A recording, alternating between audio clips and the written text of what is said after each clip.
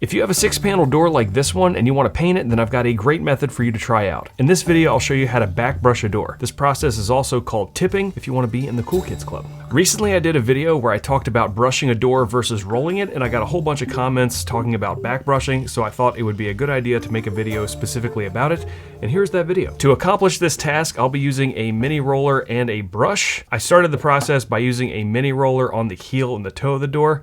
I should mention that this door has already been prepped.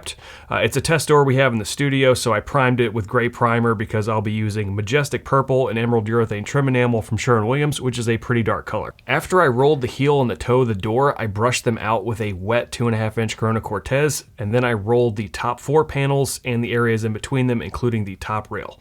The whole point of back brushing a door is to apply the paint with a roller and then brush it out with your brush so that you're left with a brushed finish with minimal brush strokes. So once I rolled the top half of that door, I then took my still wet Corona Cortez and back brushed it all. And the reason the process is called tipping is because you're just using the tips of the bristles to brush out the paint that you rolled onto the surface of the door. And as you back brush or tip the door, you want to make sure that you're following the grain pattern of that 6-panel door. So you're just following all of the lines of the doors provided, and that will help hide your brush strokes as well.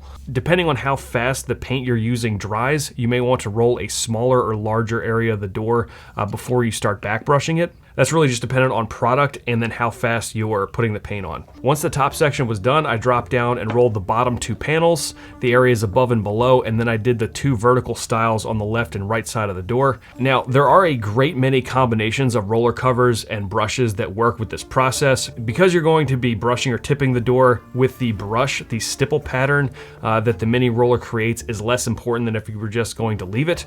So you don't need to get too hung up on what kind of mini roller is the best. People have all kinds of opinions. It's just really, you want to make sure you've got a mini roller that can get into all of the grooves of the door and lay down a relatively even coat of paint.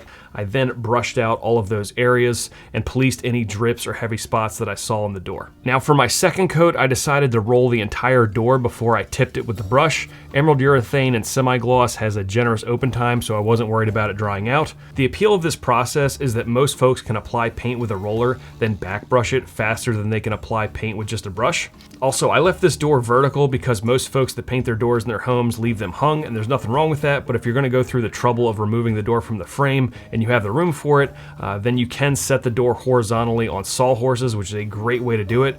You'll maximize the leveling potential of whatever paint you're using by doing that method. After I rolled the entire door, I then back brushed the whole thing with my Corona Cortez and also policed for drips and looked for any areas that had heavy buildup on it and fixed those as well. And then once I was done, I was left with a lovely brush finish on this door, which oftentimes these 6-panel doors with a grain pattern, it's preferred to do a brush finish as opposed to just a rolled finish. A little bit of a personal preference, but there you go. Now that you've seen what it looks like to back brush a door, you may want to check out this video right over here where I show how to roll a flat panel front door. Until next time, y'all take it easy, work smart, and have a good one. Peace.